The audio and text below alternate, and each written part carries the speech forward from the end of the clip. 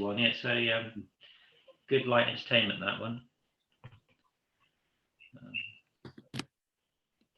So I think what we'll do, Christian, and everybody that's currently joined us, is we will have the episode like we did with the Persuaders. We'll have it as a watch long event, so people are more than welcome to watch the episode in the background while we're chatting away. I'll have it on as well, partly to get an idea of timing, so we don't overrun at all, and also there may be a few things that I see in the audience sees that may spark a question or two. Well, I've got it on my phone here, so I can watch it on that. Oh yeah, if you wouldn't mind, that'd be really good. And it'd be interesting to see what you think of the episode as a view as well as being part of it. So I haven't watched it all. I watched about 10 minutes of it earlier today, and it's kind of I remember Christian, and of course, what's his name? Dear old. Oh gosh, I've forgotten his name now. Warren Clark. Warren Clark, yeah. Yeah. That lovely chap. He died there, didn't he? Yeah, about 2014, I think, something around there. Yeah. I don't know if I told you before, but I lived in Barbados for a bit, and I had a restaurant out there. Oh yes, yes. And one night he came up to me in the bar. He was there on holiday. Yeah. And we had a good old chat then. That's about 10 years ago. Because would you cross paths more than just on the Avengers? I take it. That's the only time I really worked with him. Yeah. But he remembered, and he knew a lot of my contemporaries too. Yeah. I think I told you I was at RADA with what's it? Mine terrible for names these days. You mentioned Stephanie Beecham last time. I think you mentioned. Oh, Stephanie, yes.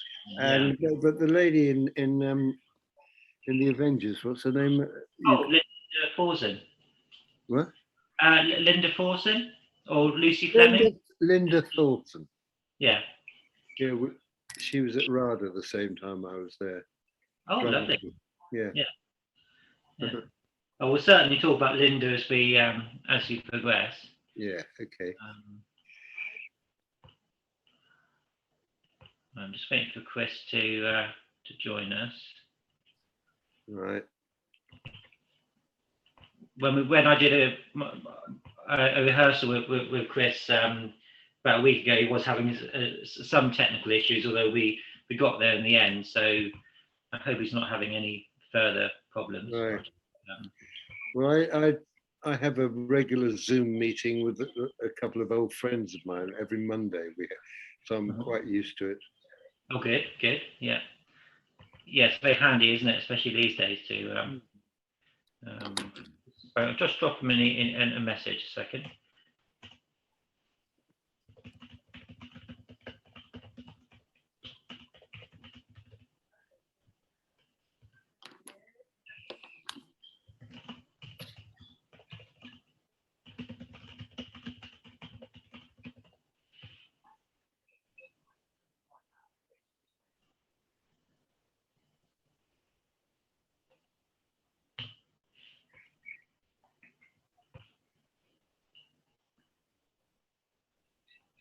Just dropped him a Facebook message. You'll have to see whether he replies to that or not.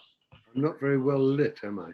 You're not too bad. It is on the darker side, but I haven't got any other lighting in here.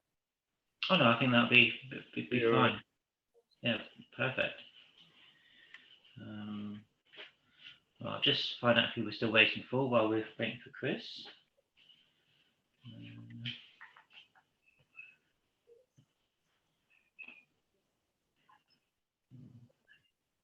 I did 2 or 3 things with Chris. Yes, you did. Obviously, There was Love and The Last Valley. Oh, Last Valley. Yeah. Oh, I'm sure we'll mention that. Michael Caine and Omar Sharif.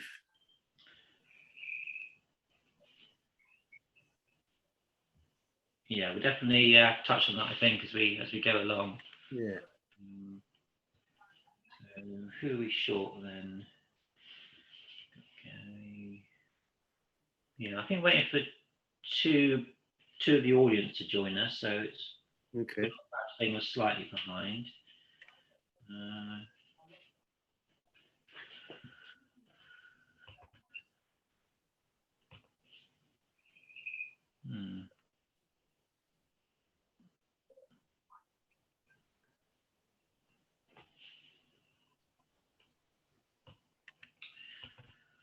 Well, it's 7:08. If we give him 3 minutes more, and then we'll make a Chris Reeks, Chris Chittell. Yeah, we'll give him a couple of minutes just in case he's having some problems. Because I messaged him yesterday via Facebook, and he was good to go.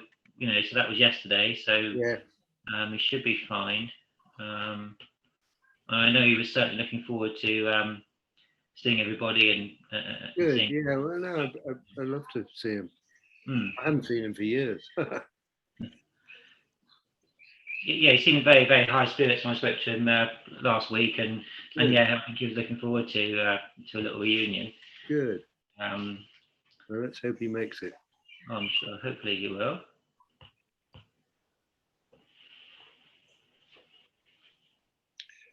I have a question here from Paul. Says, would like to ask Christian what it was like doing the anniversary. Yeah, well, shall I? Is he there? Yeah, while waiting, it might as well start. Hi, yeah, hi, Philip. Paul, sorry. Hi, Paul. The anniversary, well, that was wonderful for me to work with Betty Davis at a young age that I was.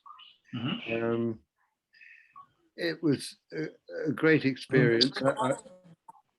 Hi. Hello, good evening. There he is. Above. Good heavens. Good heavens. After all these years. I know, 50 odd, isn't it? 50 odd years.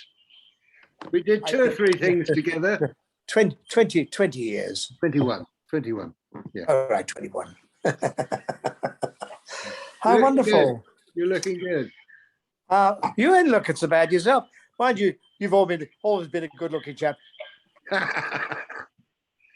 Well, this is fun, isn't it? Yeah.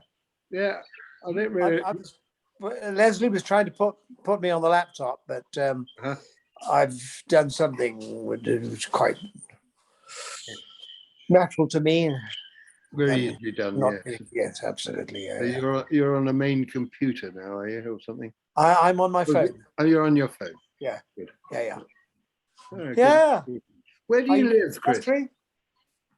Where do you live? Well, we live in Cornwall, but we're up here in Yorkshire at the moment. In Yorkshire. Yeah. Right. Yeah.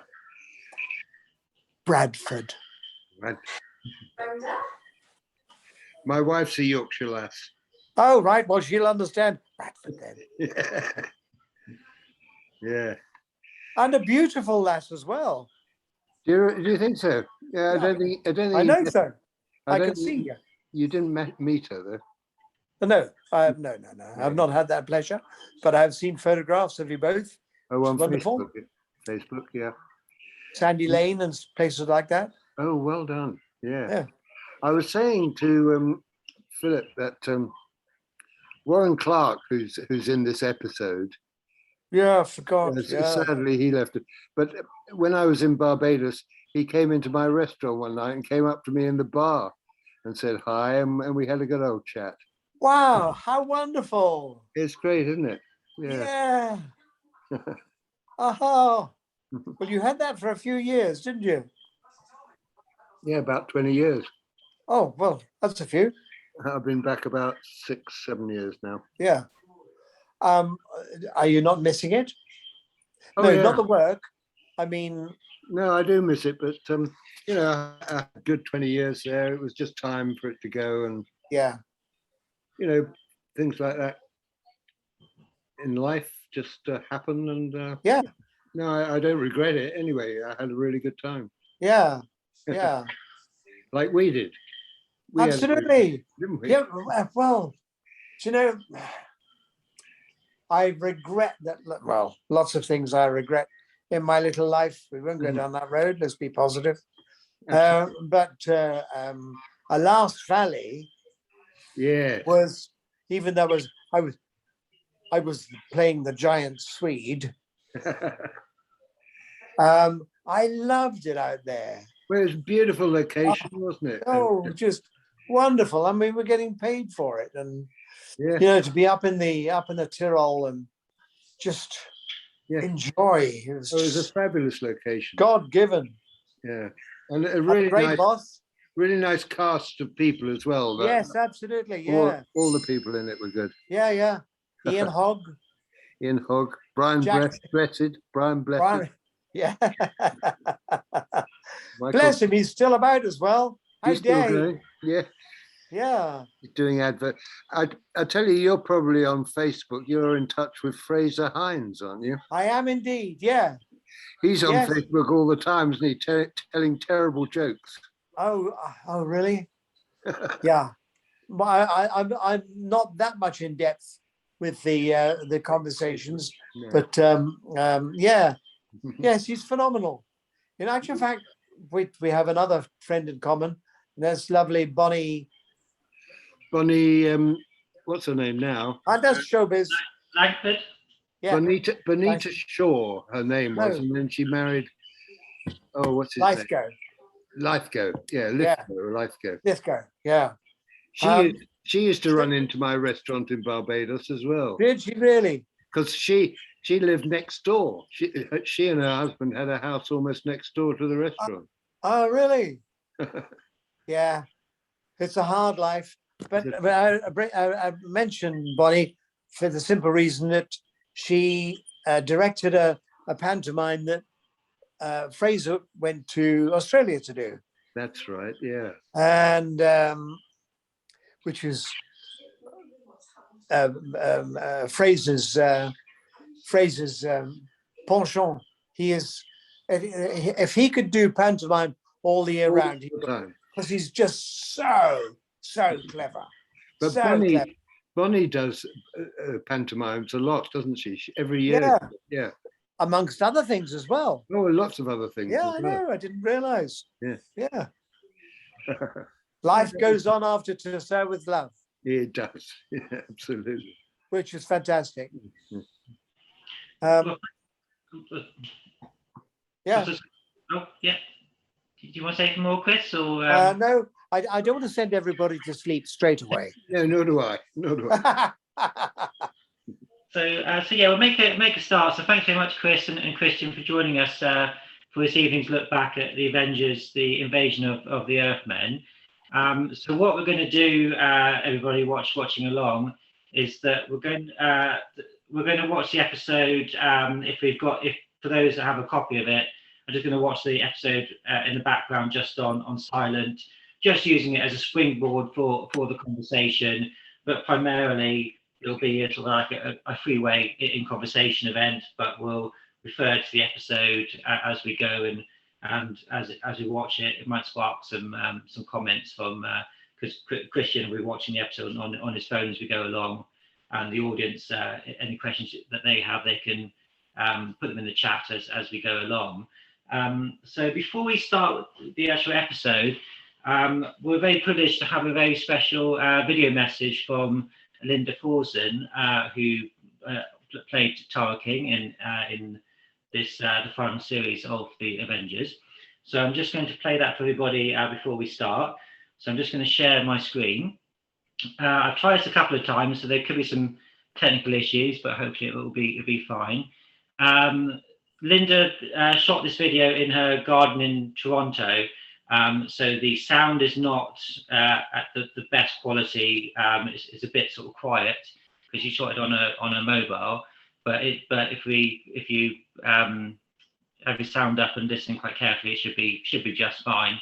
I will be putting her video message on my YouTube channel as a separate little thing to watch. So don't worry if it's not 100% now. You can get a chance to watch it later on. So I'm just going to share the video now.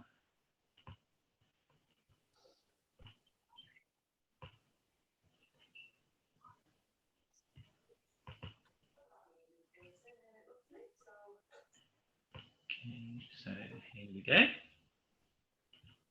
Hello, everyone, and welcome to this very special event for the Avengers episode, The Invasion of the Earthmen.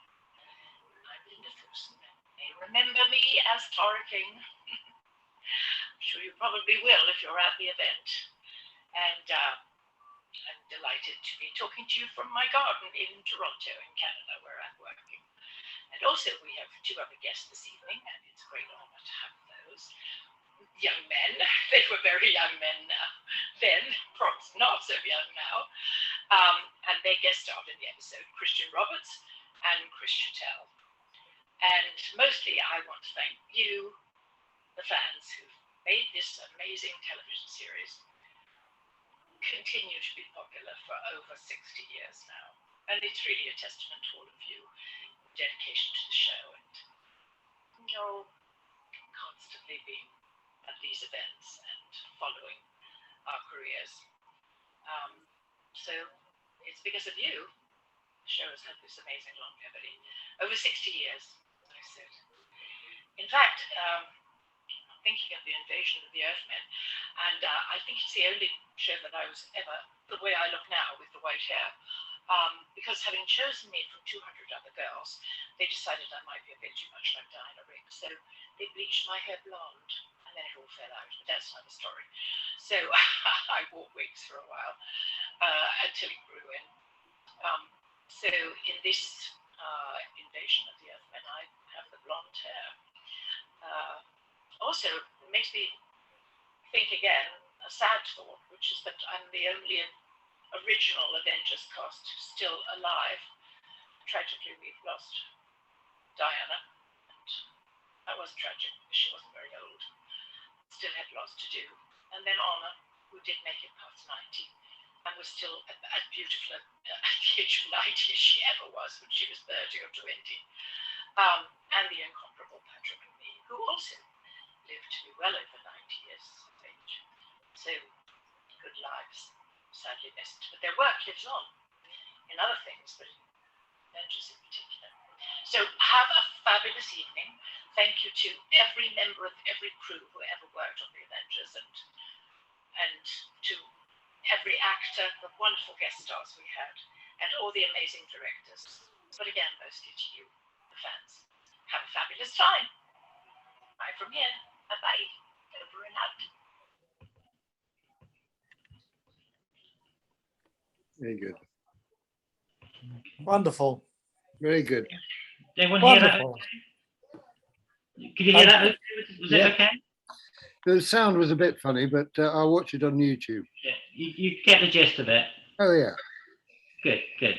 Yeah. Yeah, I thought it was lovely for Linda to do that, and I also wanted to thank Linda's assistant Laura Swingler for helping me get that wonderful contribution. So I think it's a lovely way to start the evening. So if everybody's ready to begin the episode, so Christian, if you're ready to press play on your phone. Yeah. Just starting at the Avengers in Colour beginning, so it's the very first frame of the episode. So I'll just do a countdown from 5. Everybody's ready to go. Okay. So 5, 4, 3, 2, 1, and play. So the first question I had for you guys, perhaps start with Chris. How did the Avengers come about? How were you cast in the show? I haven't the faintest idea. My agent called me up and said, "Can you be at ABPC? Was ABPC Elstree?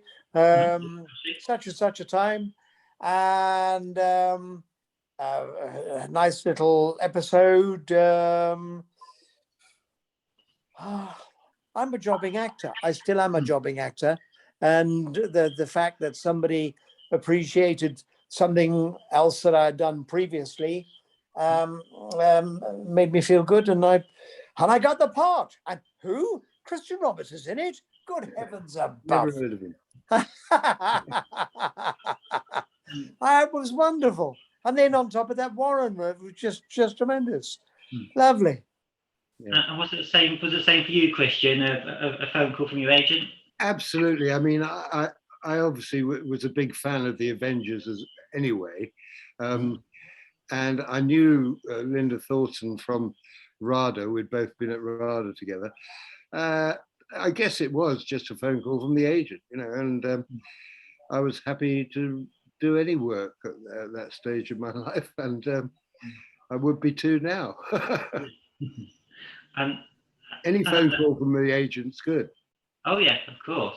And the fact that you had worked together previously into So of Love was just one of those coincidences. Oh well, with Chris, to meet Chris was great again. We then did another film together, The Last Valley. So we worked together 3 times. I think it was just 3 times, wasn't it, Chris? It was 3 times. But I have one over you because not only am I a contortionist, but to play Svensson, the giant Swede, as was described in the script from lovely James Clavell, I was, nobody could touch me. No, absolutely. I think my horse had more lines than I did, but we won't go down that road. It was just such a pleasure to be part of the show. As we spoke about earlier on, such a wonderful cast. Yeah, fabulous cast. And as we're just having a look at the episode at the moment, you've got the uniforms of all the students. So almost sort of like Star Trek. There's Lucy Fleming. Lovely. Lovely Lucy Fleming.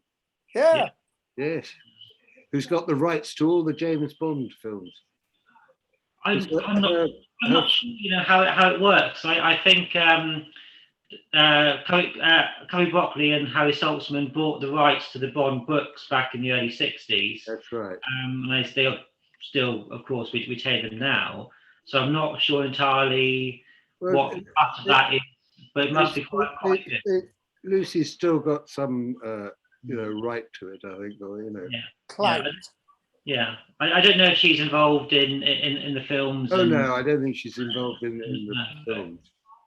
Quite happy to see what people do with the character. I'm sure. She and her husband Simon also came to my restaurant in Barbados. Oh right, yeah. I did have Simon appear in one of my events actually a while ago. He's a lovely chap. Yeah. Another delightful human being. Yeah, absolutely.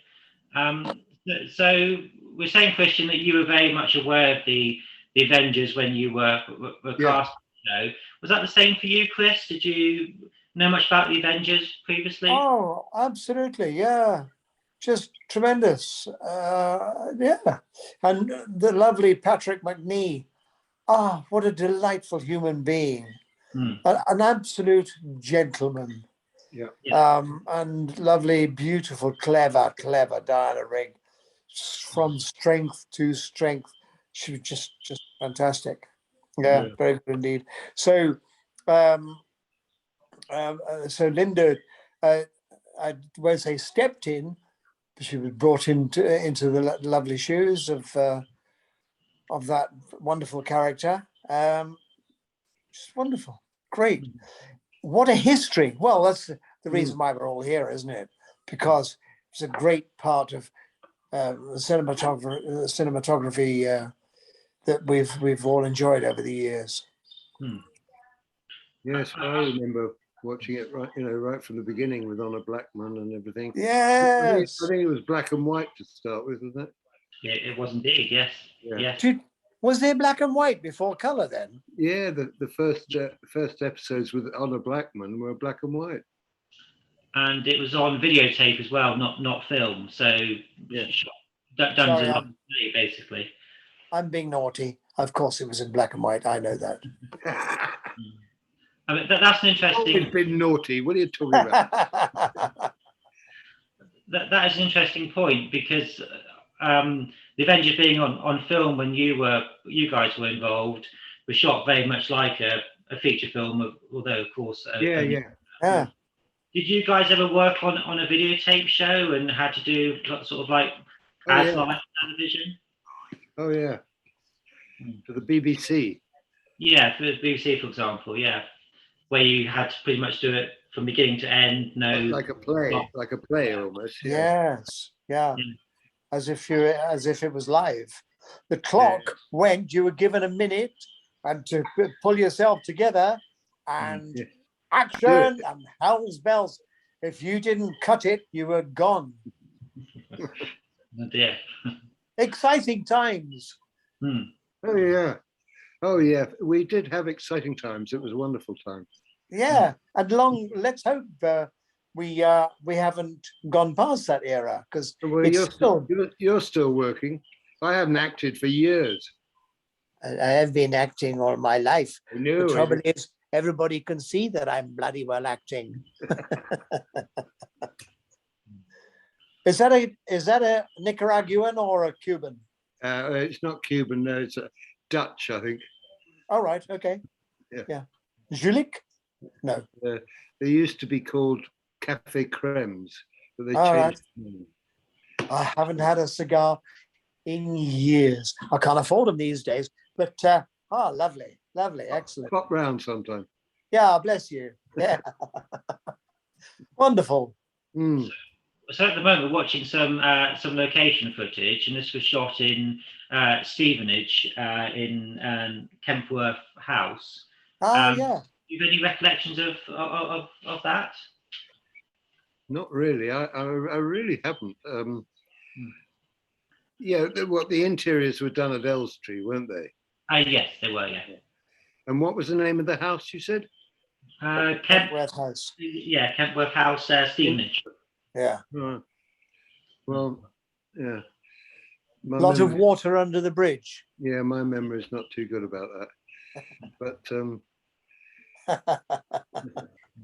and I think for the fans, we're watching the episodes all the time, and we forget how that a lot of what these fantastic shows are 40, 50, 60 years, as Linda said in introduction, 60 years the Avengers have been going this year, to be precise. Are you guys surprised that we're here tonight talking about the show that you did all that time ago? Well, no, because it was such a well-known series. I mean, everybody watched it at the time. The trouble is now there's a whole series of films called The Avengers, isn't there? New films. Yeah. Which have got nothing to do with Patrick McNee. No. And no class. No class. So Chris, are you surprised that the episode that you've done is being celebrated like this? Immortalized. I would have used the term. Yeah, I am. I was absolutely, for want of a better phrase, gobsmacked when you got in touch with me, because it's, with no disrespect, it was just another job. Absolutely. And the fact that you're enjoying it with delightful people who you've worked with before, and I didn't. Oh yes, I think we did. Avengers was after Last Valley, wasn't it, Christian? No, I think it was after To Serve with Love, but it was before Last Valley. I knew that. You did know that. Yeah, of course I did. Yeah. Because, in our business, sometimes you don't meet each other for 50 years. Well, I don't think I've seen you since we did Last Valley, actually, have you? Aren't you a lucky chap? Well, no, because you live up north or in Cornwall. Yeah. Yeah. You should have come out to Barbados. When you say come out, what do you mean by that? You should have. No, fine. Moving on. Come out. All right. I'm not up with all these modern. No, neither am I. No. No. Are you woke? I have no idea. You look pretty awake to me. Yes, I'm doing all right. Yeah. Good. Yeah. I'm in good company, so of course. My wife is next door. Oh no, she's gone upstairs. Yeah, my wife next door too. Yeah. I'm speaking with you, which is great, wonderful. I loved James Clavel. Wonderful guy. and so good with all us youngsters, wasn't he? Because Yeah, in that yes, To Sir with Love, all the actors were very young. It was their first job, wasn't it? yes, yeah, tremendous. It was. Nobody had Yeah. ever done a film before.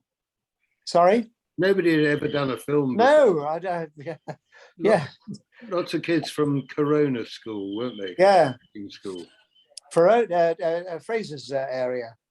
Yeah. But Sorry, we're not talking much about the Avengers. Oh, no. no, well, Because I can't remember much about it, to be honest with you. We'll twist back and forth, I'm sure. so All right. let's maybe hear if there are any questions from Yes. anybody particularizing certain events. I don't remember anything that went on. I just pretended. I tried to look tough Yeah. in my bolero outfit or whatever it was that I was wearing. How old were you then? I was 20. Yeah, me too. I think I'm a year older than you or something. Yeah. 21. Yeah. So we were kids, you know. Yeah, I still am. Yeah, well, I know. Aren't we all? Yes. Yeah, which is a good thing. Mhm. As you mentioned, To Sow of Love, there was a sequel to Sow of Love 2, a TV movie rather than a feature film. Was it ever a possibility that you guys might have been involved, or was it never on the cards? No, I know Judy Geeson and Lulu had a very small bit right at the beginning of the film. I never saw it actually. And I think I was doing something else at the time. I mean, I think Judy called and said, "Are you interested in doing this?" And I said, "Well, I'm busy at the moment." But it was only a flash, part, you know, just to give the film a bit of Credence, credibility. Yeah. Same with you, Chris. Was it ever spoken? I heard that they were doing it, and I prayed. I went outside and I prayed. Nobody flaming well listened, unfortunately, but I wished them well, of course. The phone didn't ring. The phone didn't ring. I didn't have a phone. I just wanted to be a part of Sydney's life for a little bit longer. Yeah. Because he is, thankfully, still with us. Yeah. Such an amazing, wonderful gentleman and such a giving, brilliant actor. Amazing. For a tall guy, I thought he did very well. Yeah. So it sounded like it was a very happy film, To Sow of Love, for both of you. Just tremendous. Lovely. I've got a photograph of all the youngsters in my car at the time. I must put it on Facebook for you or send it to you. Wow. Yeah, it's a fabulous photograph. It's a private photograph. It wasn't a film still or anything to do with that. But everybody's having such a good time in the photograph. We did. And I remember that you had a red Corsair. Cortina. Cortina. Yeah, soft top. Yeah, soft top. Well done. Very good. And we went to the Prospect of Whitby on the odd occasion. That's when right. we were down in Wapping. That's when the photograph was taken. Was it? I'll send it to you. I'll send it to yes. Yeah. Lovely. And do you remember I'm sorry, we're talking about To Sow with Love all the time. But do you remember, Chris, filming in the British Museum? I do. That because it wasn't filmed, it was just a sequence of stills. And there's some really good stills in there. Anyway. Unfortunately, sorry. Yeah, go on. No, you go on. No, I wasn't going to say anything else. Unfortunately, because of my risque background at the time, I was supposed to appear at the said museum, and I was appearing in front of the Beak Oh, at the really? inner London sessions. Oh no, it wasn't. It was at the magistrates' court. I'd been fitted up My God. by the old Bill, and so I went to court to plead my innocence, and I said obviously to be able to do that, I had to be there in person. And I didn't dare tell anybody, John Sloan, our wonderful producer, James, or anybody, that I was going to be in court. And I thought, you told me, I didn't know.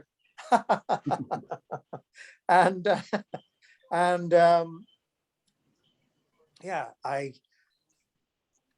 just wanted to finish the film. Yeah. And then if they were going to send me down, they'll send me down, but at least I'd have completed the picture. Yeah. Yeah. John Sloan, when he eventually found out where I was, lovely, wonderful producer, what a gentleman. Yeah.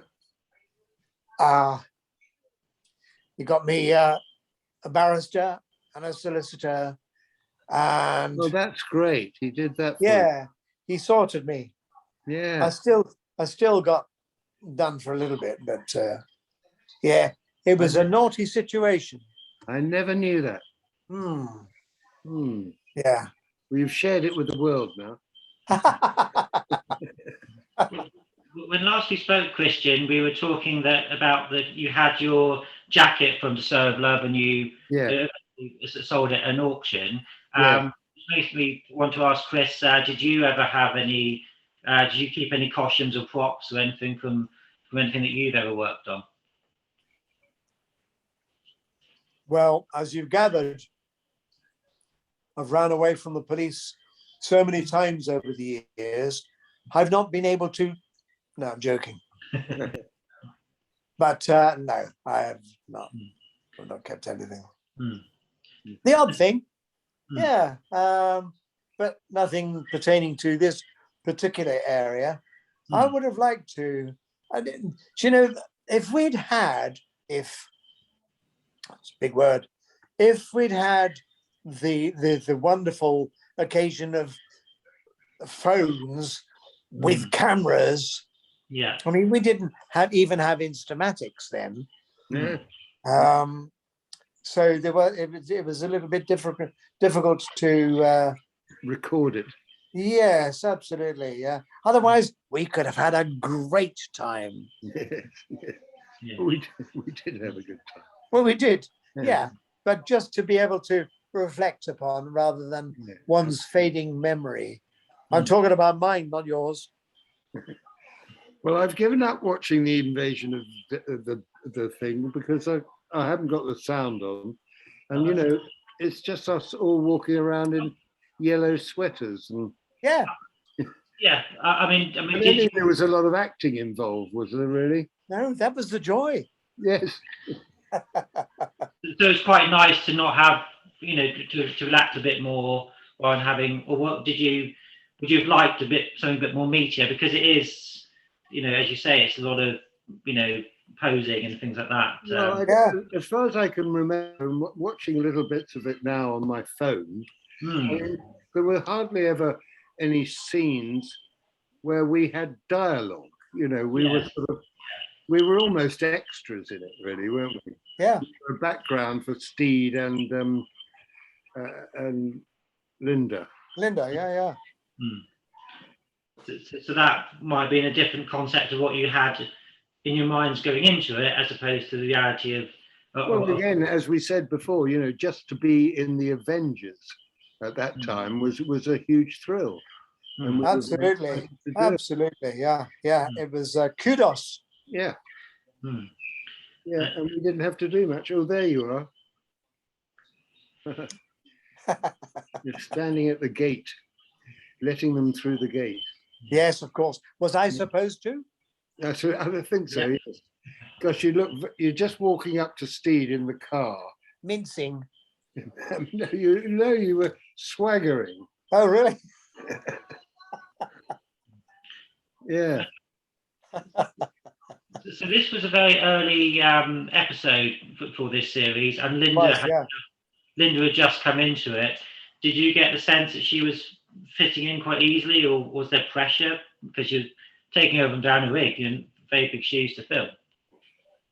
Well, again, as Chris was saying, I mean, Patrick McNee was such a gentleman that I'm sure he would be aware if Linda was nervous in any way, and he would have been very good in sort of giving her encouragement, putting her at ease. Yeah. And I mean, did you guys feel nervous coming into an established show, or I suppose because you were seasoned actors by that point, it was probably fairly routine for you guys? Actors are always nervous. Yeah. To begin with, at the start of something new. I did something the other day, excuse me butting in. Yeah. Just a little something for children in need. Yeah. And I was nervous as a kitten because I was away from my safe area, my safe zone. And it was a smack on my hand for Christian, you know what I mean? I do, absolutely. Yeah. I've been naughty, I think, over the years. They're always nervous. Yeah, it's a good thing. Yes. Anyway, I'm going to keep trying to get this back to invasion of the Earthmen. I don't. Why was it an invasion of the Earthmen? I read the synopsis of the episode. Apparently, some army that this guy's trying to get together. To fight extraterrestrials. I'll just explain the plot roughly. The idea is that this brigadier, played by William Lucas, wonderful. You remember William Lucas? I do. A delightful man, lovely actor, Bill Lucas, just tremendous. Worked with him a few times. Delightful. Yeah. Because he has it's the traditional sort of brigadier role, the army sergeant major sort of thing. So I assume he was probably far removed from that as an actual person. Yeah. Yes, a delightful human being, and there again, a jobbing actor, and we've all got to play with the ball, and he'd play with the ball, and he'd hand it on, and somebody else would have it. Lovely, it was a happy time. So William Lucas's character runs this military academy, and he has the idea that to train sort of like super soldiers, basically, with the idea that he will. And this is where it gets a bit Avengery. He will freeze them all using cryogenics. Sort of have like a sleeping army, and he then plans that once space travel we can now get to other stars, he will awaken his army and they will go and conquer new worlds and things like that. So that's why the invasion of the Earthmen. So it's kind of a bit misleading, the title. It's more of a sort of the pre-invasion of the Earthmen, if you like, but that's his scheme is to conquer the universe, really. But which leads me on to a question, because I think there was very much an optimism in the 60s and late 60s that where it would be now. Tara has a scene with the brigadier later where she says, well, it could be 50 years before we have the technology to be conquering new worlds and have colonies on Mars and places like that. Back then, was the optimism that we would be further technology-wise than we are now? Is it perhaps a bit disappointing that we're... Well, we hadn't been to the moon then. Yeah, so that was sort of, it was very much on the tip of the tongue, wasn't it? There was excitement about to go. Speculation about what we might be able to do, but I think we landed on the moon a few years after that. Well, this was 68, so it would have been, been within 12 months of our life, certainly. Yeah. I mean, it's saying that there was that optimism that Taken the wrong turn. perhaps a more optimistic time than perhaps we live in now. I don't know if that's fair to say. Back in the 60s. What do you think, Chris? That it was a more sort of optimistic era back then, or? Yes, I do. You say that? So it was a year after that we went out to the Tyrol to do Last Valley. Yeah, there were magical times. I don't think there was any huge thought about space, conquering other worlds. The fact that we'd taken part in the invasion of the Earthmen didn't give me an uncomfortable feeling, or in fact, I didn't lose sleep over the possibility of us doing that. No, it was just a job. Yeah. Oh yeah.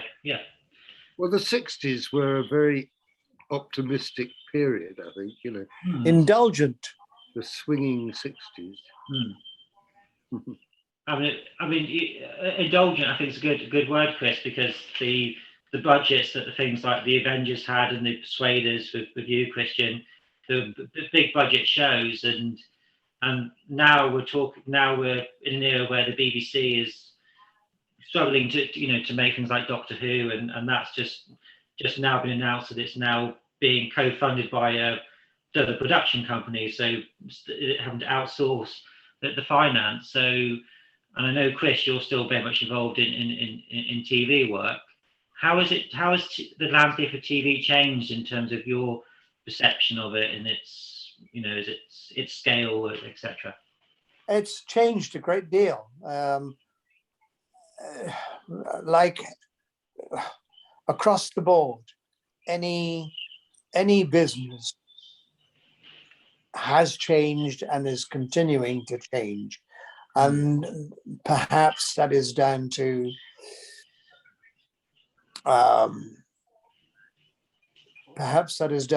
fact that there is all but somebody there with his pen or her pen saying, I can cut a corner here where it will save you X amount. And then somebody a couple of years later said, well, I can do that, and I can do that. And all of a sudden you do have an entirely different program, not production. Yeah.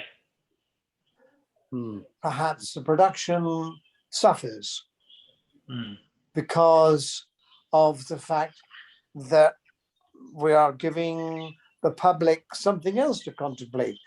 Sometimes the public are so fickle that they don't notice too much and just absorb because they've had a busy day. They just want to be entertained in one shape, form or another, but one will do, one shape, form or another. So it's something we all have in the business. We have to look at, to contemplate, and possibly not allow the people with pens to rush ahead too much. It's one of the things that is changed these days, rehearsal time. So would you have had a rehearsal time for this or not? What's his word, rehearsal? Rehearsal, yeah. We get on the floor and we've, as you would do in film, you'd learn your lines previously, hopefully. You get on the floor and you'd have a line run. And then if the director is happy with that, then you would be presented with moves of where the director would like you to be at certain points of the dialogue. Then the technos would arrive, the operators, the sound people, etc. Then they would see what the director was trying to produce, and then we'd go for one, and then we'd go for two, and maybe we'd go for three. You mentioned earlier on the fact that we would shoot, as Christian also remembered, recollected, the fact that the clock goes, the minute is up, and you fire away, and you fired away, and you knew exactly what you were doing because you've rehearsed beforehand. Yeah. These days, all sorts of things could happen. Sometimes you do get it. Sometimes you get it right, but somebody else might not. It's a funny old business, and one that has to be checked every now and again. Oh yes, yes, of course. Quality is what it's all about. Yeah. I don't know. I dare mention that word. I don't know if you guys are aware at the time, or maybe since, that this episode we're watching now is it's just have quite an interesting production history, in the respect that the producers who did the Down the Rig series the year before, Albert Fennell and Brian Clemens, were dismissed from their role once Down the Rig left, very unceremoniously. And, of course. Yeah, as it happens in the business, and a gentleman called John Bryce came in as the new producer. He was a seasoned Avengers producer, having done most of the On the Blackman series. Yeah. But John Bryce, was himself let go after 3 episodes, this being one of them, and Albert and Brian were brought back in. I don't know if you guys were aware of any of that when you were I wasn't aware of that, no. No. So as a set, it was happy. Yeah. Yeah. Yes, it was.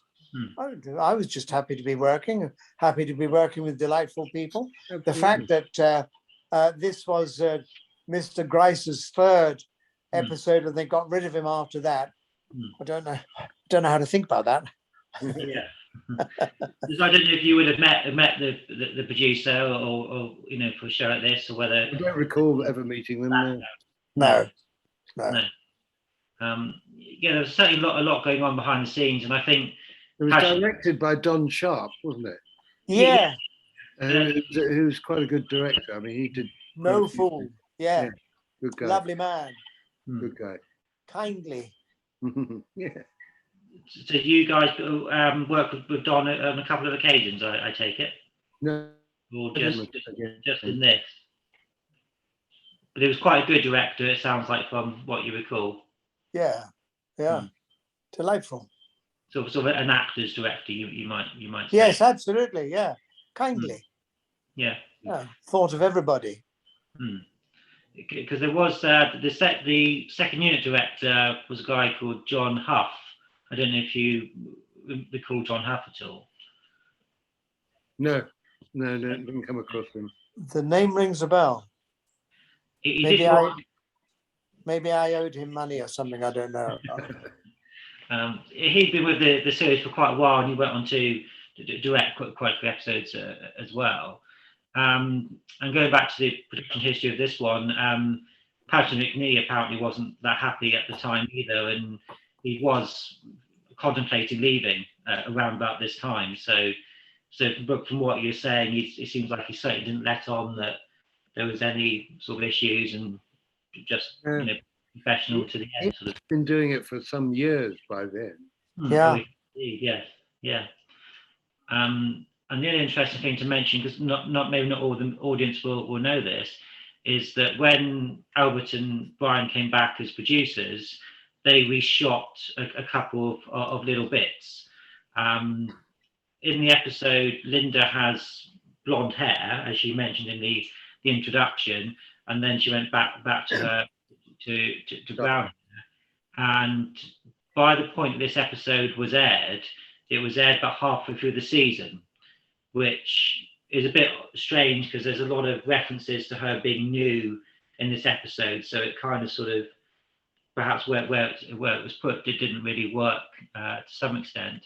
There's a few scenes where she is talking about trying on a blonde wig for this adventure and that sort of thing. So there's certain scenes that are not in the are not original in this episode, and of course they've been lost over time. So what we're seeing now is a mixture of the original intention and then a few odd reshoots, but nothing that would involve anybody apart from Patrick and Linda, because they couldn't afford to reshoot, and because you guys would have moved on to another job at that point. So yeah, and we cost a fortune.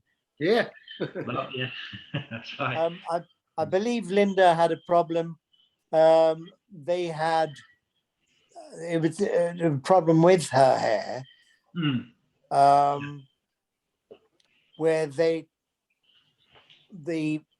colorist or the hairdresser, it's herself,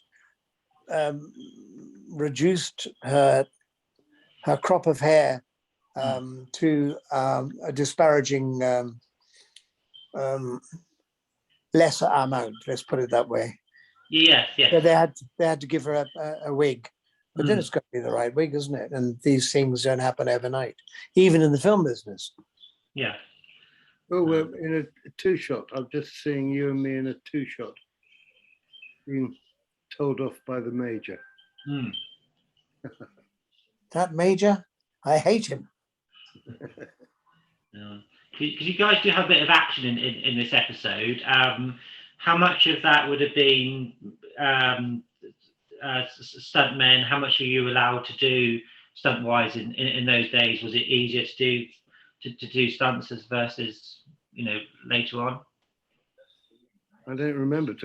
We did as much. I think you're hunting each other in the episode. Oh yeah, and Joe Dunlop, lovely Joe Dunlop, the stunt director, got us to do a few things, if I remember rightly. Yeah. Yeah. I don't remember the moves. No, well, I haven't got to it. I'm watching it at the moment, but I haven't got the sound up, so I'm not quite sure what's happening. But I think, Christian, you fashion a bow and arrow, and I remember a bow and arrow. Yeah. All right. Yeah, and you shoot that at Linda, and she just gets out of the way at the last second. So she was a lucky girl.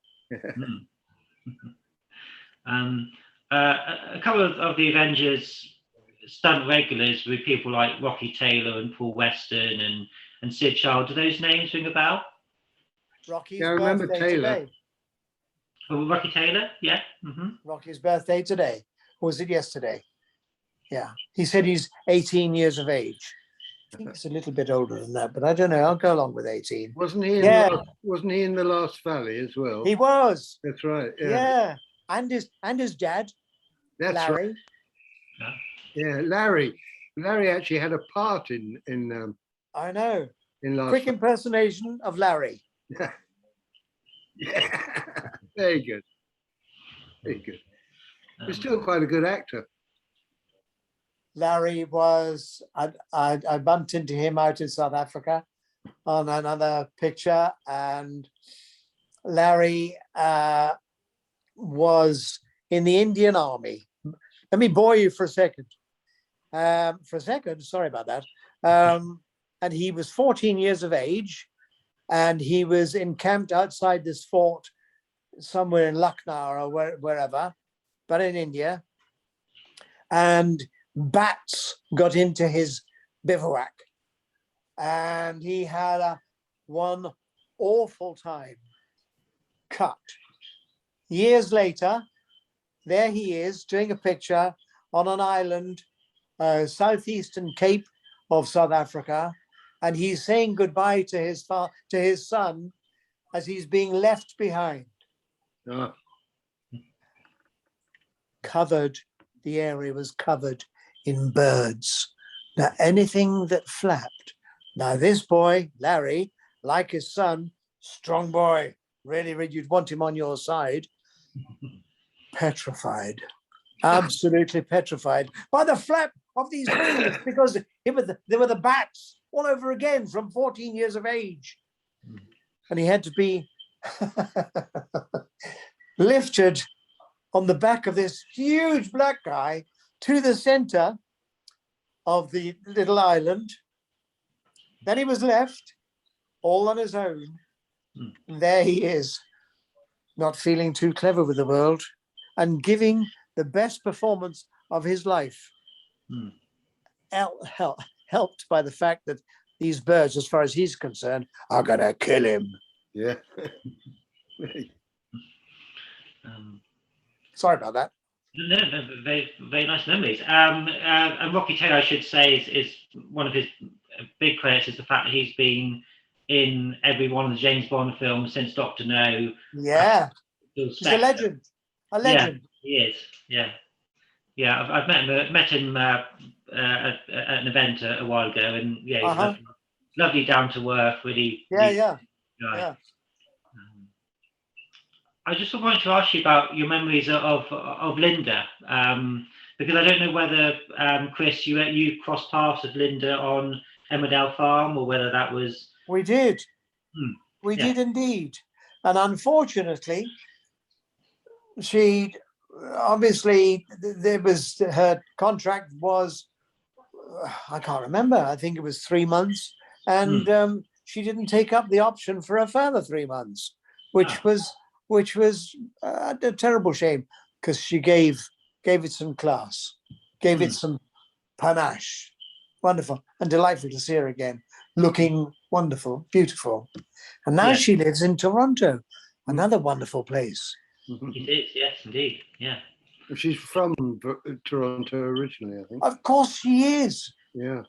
Of course. Rosewood. Is it Rosewood? Yeah, somewhere in. Yeah.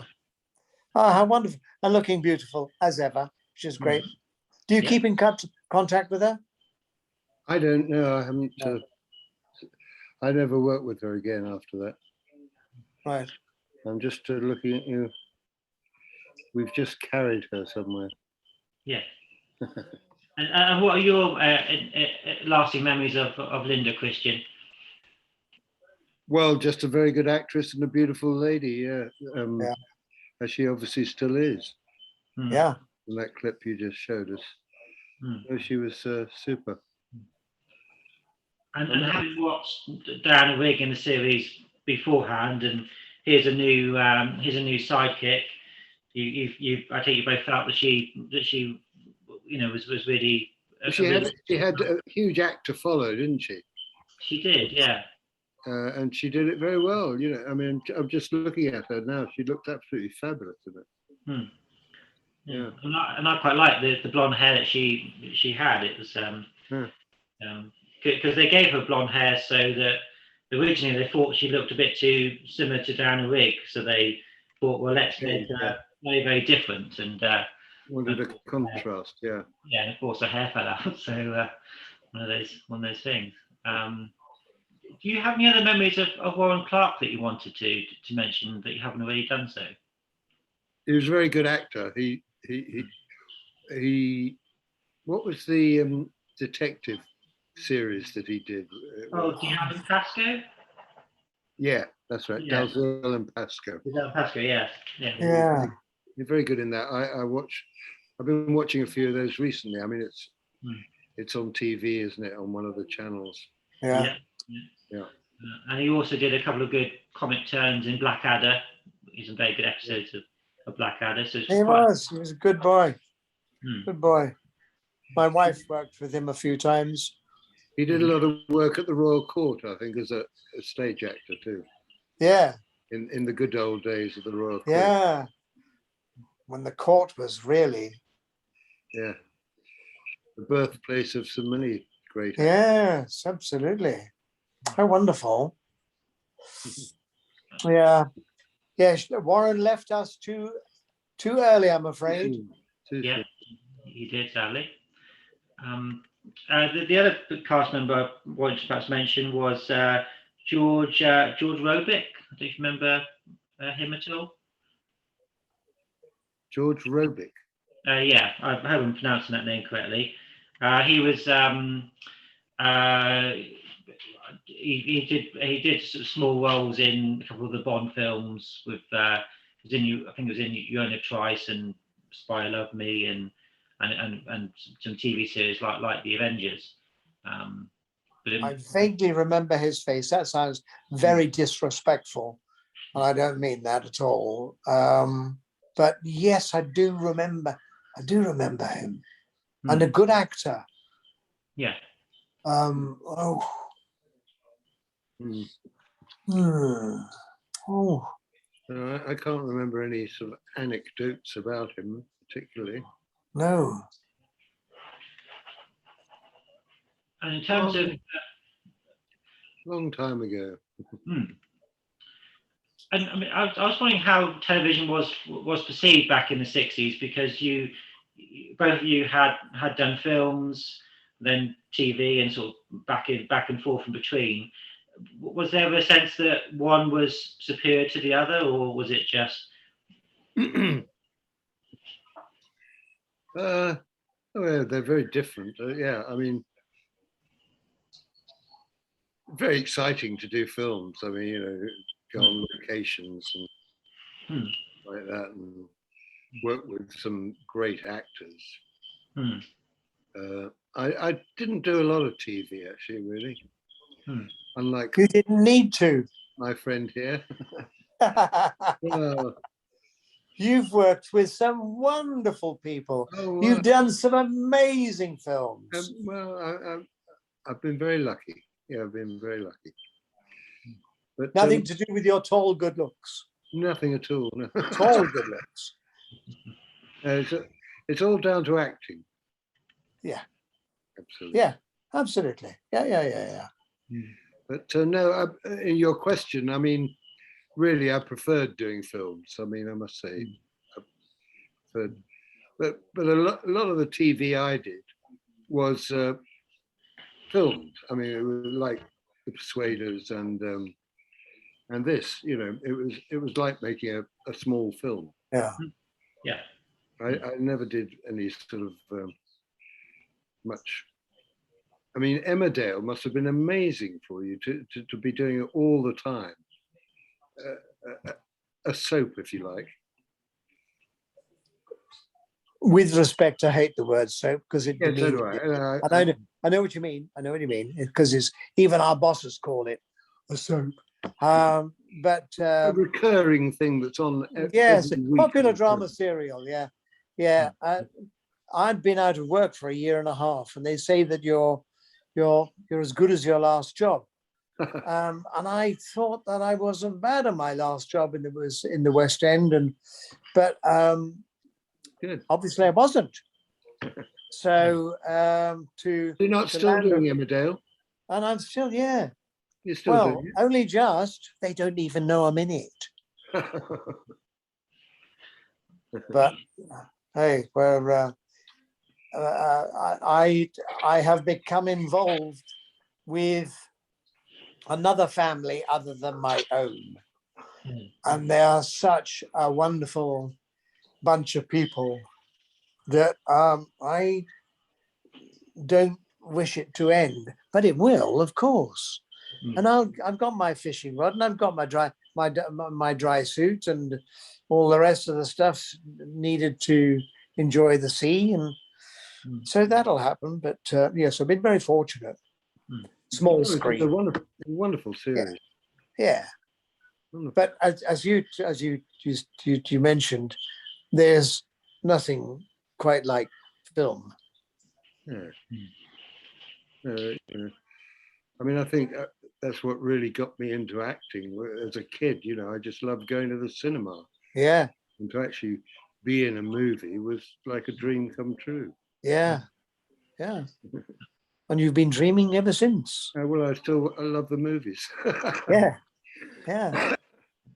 And how did your love of acting, Chris? How did that develop? What made you want to follow that path? There is no other business like it in the world. And over the earlier years, I became disenchanted with it on the odd occasion, and I thought perhaps I was disenchanted with some of the people that I'd been working with. And I finally realized in a moment of Salvation. yes, I realized it was me. I was disenchanted with myself. So with that realization to be allowed to come back into the business after being a silly boy on various occasions is a privilege, because to be part of a nucleus, to be part of people you've never met in your life before, but we have one common denominator, and that is to produce something really good that we're being paid for. One privilege. Wonderful, wonderful. Yeah, yeah. Listen, I need to move on. I don't know. I'm going to take my leave of you. Yes, I'm going to take my leave, I'm afraid, Philip. And it's been a joy. Yes. Yeah, how dare you look so well, and still more bloody hair than me. Do you guys just want to answer maybe just a couple of quick audience questions, or do you Sure. guys need to? Sure. No, okay, I'll just see what we've got. Oh yes, question for Chris. So when you trained as an actor, did you always want to be in part of a cast of a long-running series like Emmerdale, or is the thrill of an actor not knowing what you're doing from week to week? Is that the thrill? I joined the profession at 15 and a half years of age at the Old Vic, the birth of the National Theatre. Mm-hmm. And I could not believe that they employed me, because I was in my school blazer and they allowed me. And I stayed with them for 2 years.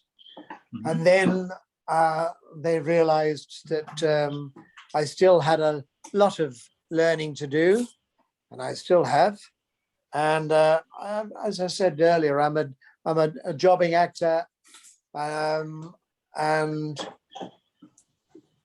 television, film, theatre. To be privileged to be working in all those areas, although I don't think I've done a film in many, many years. It's been a privilege, and it still is a privilege. Yeah. There's a question for both of you. You both worked in European shot westerns. Any memories of filming, perhaps in Spain? Well, you go ahead, Chris. I mean, No, you go ahead. For me, it was an absolute dream to be a cowboy. I mean, I played cowboys when I was a kid, and to be in a western was the most fantastic opportunity. Talk about people I've worked with. I mean, I always adored Jack Palance from Shane. I mean, to play his son was just a dream come true. I really had a good time in that. It turned out not to be a great movie, but it was a great experience doing it. In Spain. Jack Palance. Jack Palance, yes. Wow. And he was saying the same thing about you, saying, Christian Roberts. No, never heard of me. I think you did. He was a lovely guy. You made a huge, huge impact. He was a lovely guy, Jack. He was a real Anglophile. He used to wear tweed suits and smoke. Really? And you wouldn't have thought that about him. Almeria? What? Almeria? No, it wasn't Almeria. No, it was just outside Madrid. We were actually in a hotel in Madrid, and the car took us out to the set. It took about an hour to get out to the set from Madrid. Yeah. Yeah, in the mountains. Yeah. Yeah. Wonderful. Great horses, and I love riding. Yeah. Do you still ride? I haven't ridden for a couple of years, but I had horses in Barbados when I was there. Wonderful. On the beach? On the beach, yeah, on the beach. We must catch up privately. Yeah, I would like that. I'll send you that photograph too. I'll send you that photograph. My wife is saying something. What, darling? You could take your wife. Yes. Yes, my wife wants me to take her to Barbados. Can we meet in Barbados, please? That would be nice, wouldn't it? Yes. Yeah. My closing question to both of you is, what's it like to be a part of this wonderful series, that the Avengers, and that's lasted for so long? Is it a good feeling to be part of this world? History. Yes, it's Wonderful history. wonderful to be a part of history. Yeah. In the nicest possible way. Well, we'll all be history someday. Yeah, that's what I meant. But your work will. I love the Queen. The Queen today on television, she's talking about this climate and everything. She's saying, well, we'll all be dead soon. And she's 95. Yeah. Yeah, bless her. Bless her. Great lady. Great. And being immortalised on film forever, do you find yourself occasionally looking at some of your old work or catch it on the TV? And does it feel like a different person when you're, or can you put yourself back and say, oh yes, this is me? It's wonderful to go back, in your mind, you relive it all. Yeah. Is that the same for you, Chris, as well? Privileged. Privileged. Somebody, maybe one's kids might find the occasion of, oh, good heavens above, didn't Dad do something like that? Oh, no, that's with clothes. And and be able to see what we all look like and what we sounded like. Yes, privileged position. There are not many people in this world that have that possibility of staying around a little bit longer. Yeah. Well, I just want to say thank you to you both for joining us this wonderful evening and taking this look back into this wonderful series and this episode in particular. It's been a wonderful evening. I've very much enjoyed listening to both all your comments, and I hope you enjoyed it half as much as we have this evening. Very much so, and thank you, Philip, for asking us. Yes, absolutely. Thank you very much indeed, and thank you for your audience for staying awake. Yeah. We haven't lost anybody, so that's always a good sign. So it's been a real privilege, gentlemen. So thank you very much, and au revoir. Au revoir. Au revoir. Au revoir. Christian, well. wish you well, mate. Sleep God well. bless. God bless. Bye-bye. Bye-bye, Philip. Bye-bye, everybody. Bye-bye. Bye.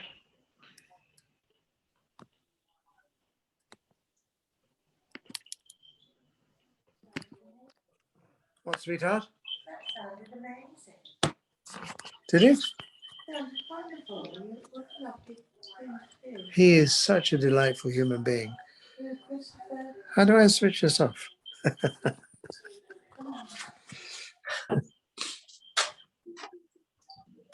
Well done, Philip.